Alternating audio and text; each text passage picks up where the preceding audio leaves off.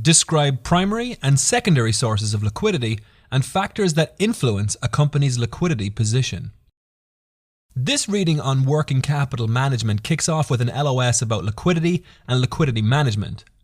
Liquidity is a simple idea. It's all about having assets available that can be quickly converted into cash so that a business is able to meet its immediate obligations. Inability to maintain a certain level of liquidity means that a company risks not meeting those immediate needs and bankruptcy. There are two sources of liquidity, primary and secondary. Some primary sources of liquidity include the company's cash balances and immediately cashable securities, their ability to obtain short-term funding, a line of credit for example, and the management of cash flows, including their influence over collections and payments.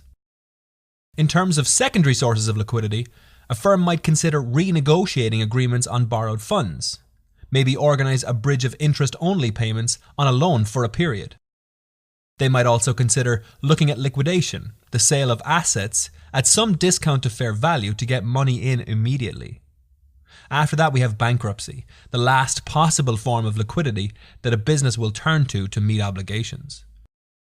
So we know what liquidity is, and we know why we need liquidity, and we know the sources of liquidity. The last thing we need to look at here are the factors influencing liquidity. The most important driving force of a company's liquidity position is the management of cash flows, getting cash in faster and allowing cash to flow outward more slowly. When cash is coming in too slowly, this is called a drag on liquidity. When cash outflows are moving too quickly, this is referred to as a pull on liquidity. The net effect of a combination of these effects is that companies end up with money going out faster than they can get it in, requiring them to find sources of funding outside of collections from sales. Okay, so to finish off, we just need to make a note of some examples of drags and pulls. When we talk about drags, we're talking about receivables that take a long time to be collected, inventory that sits unsold until it becomes obsolete, or economic conditions that lead to difficulty in obtaining credit. When we talk about pulls, we're talking about paying out on obligations earlier than necessary. We're talking about suppliers or financial partners pulling back on the credit they are offering to us, maybe because we're not great at making timely payments, maybe because of economic conditions. Compare a company's liquidity measures with those of peer companies. To compare a company's liquidity with the liquidity of their peers, we're going to talk about liquidity ratios. The first two metrics we come across are the current ratio and the quick ratio, two widely used measures that aim to gauge liquidity by comparing elements of the balance sheet. The current ratio simply balances current assets against current liabilities. It's probably the most basic and widely used measure for assessing liquidity. The quick ratio then is a slight tweak on the current ratio, just as widely used.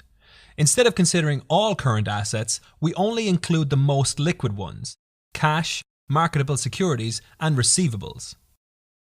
Now, in addition to gauging liquidity based on the balance sheet, we might also consider how well certain areas of the business are being managed over a period of time.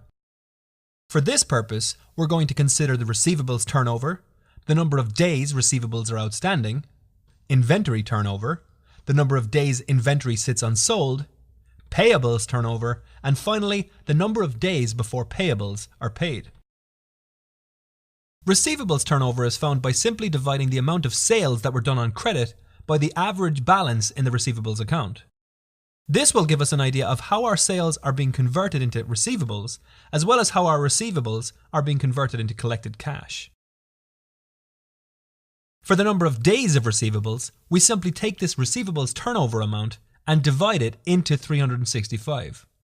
The resulting number is an estimate for the actual number of days it takes for this company to collect on a credit account.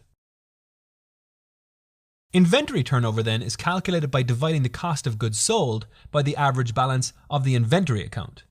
Here, we can assess how many times we create and sell inventory within a period. The number of days of inventory then is calculated as before by dividing 365 by the inventory turnover amount. This figure is an estimate of the average number of days an item of inventory sits in the company before being sold. The payables turnover then is found by dividing purchases by the average balance in the payables account. This gives us a sense of how goods purchased on credit flow into the payables liability and what happens from there. Are we accumulating payables? Do we pay our suppliers? The number of days of payables then is found by simply dividing 365 by the payables turnover figure.